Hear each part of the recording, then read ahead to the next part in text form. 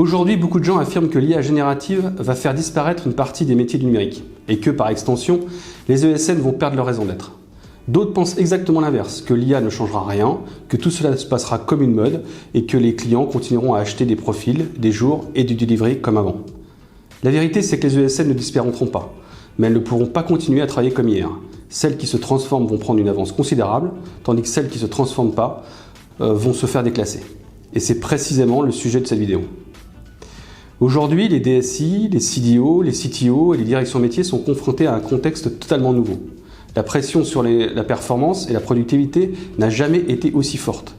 Avec l'arrivée de l'IA, les directions n'attendent plus seulement une capacité de développement, mais une capacité à délivrer plus vite, plus juste, avec plus d'impact. Le problème, c'est que beaucoup de SN continuent de vendre des profils, alors que les clients veulent désormais des résultats. Et beaucoup d'organisations reproduisent des schémas classiques de delivery, alors que l'IA change profondément la donne, dans la vitesse d'analyse, dans la manière de documenter, dans la manière de tester et même dans la manière d'apprendre. L'enjeu n'est donc plus d'apporter des ressources supplémentaires, l'enjeu est d'apporter de la vélocité et de la valeur. Première idée clé, l'IA change le rapport entre les clients et les prestataires. Pendant longtemps, la logique était simple. Vous avez un besoin, nous avons des compétences, effectifs, TJM, durée, l'équation était mécanique. Avec l'IA, le nouveau standard devient « vous avez un besoin, nous accélérons sa résolution ». L'entreprise cliente n'attend plus des projets plus nombreux, mais des projets plus courts. Elle n'attend plus du renfort, mais du résultat. Cette bascule est structurelle. Le métier d'ESN devient un métier de performance, pas un métier de mise en disposition. Deuxième idée clé, les ESN doivent intégrer l'IA dans leur propre production de valeur. L'erreur la plus fréquente aujourd'hui, c'est de penser l'IA uniquement comme une offre commerciale.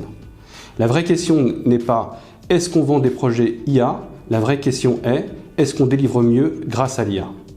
Parce que l'IA change directement la vitesse à laquelle on construit une architecture, la production documentaire, la qualité des tests, l'analyse des cahiers des charges, le support et l'apprentissage des consultants. Une ESN qui n'utilise pas l'IA dans son delivery aura un déficit de vélocité et de qualité. Et ce déficit se verra. Troisième idée clé, la valeur des ESN se recentre autour de l'expertise, de la méthode et de l'IA. L'IA ne remplace pas les compétences métiers, mais elle accentue les écarts entre les consultants. Dans le monde qui arrive, les profils qui feront la différence seront ceux capables de combiner compréhension du métier et du client, maîtrise des méthodes et capacité à exploiter l'IA dans le delivery. Dit autrement, le consultant augmenté devient la nouvelle norme. Et c'est autour de cette réalité que les ESN doivent se transformer. Recrutement, formation, coaching, offre et gouvernance projet. Si je devais résumer, les ESN ne disparaîtront pas, mais le modèle historique, lui, est en train de disparaître. Le passage de la mise à disposition à la performance est déjà en cours chez les clients. La transformation réelle ne consiste pas à vendre de l'IA, mais à délivrer mieux grâce à l'IA. Dans chaque mission, chaque consultant et chaque livrable. La question n'est pas est-ce que les ESN vont intégrer l'IA, parce que tout le monde le fera. La vraie question est quel écart se sera créé entre ceux qui l'auront fait vite et ceux qui l'auront fait trop tard. Et c'est ce qui fera l'objet de la prochaine vidéo, comment l'IA générative devient un levier réel de performance opérationnelle chez les clients.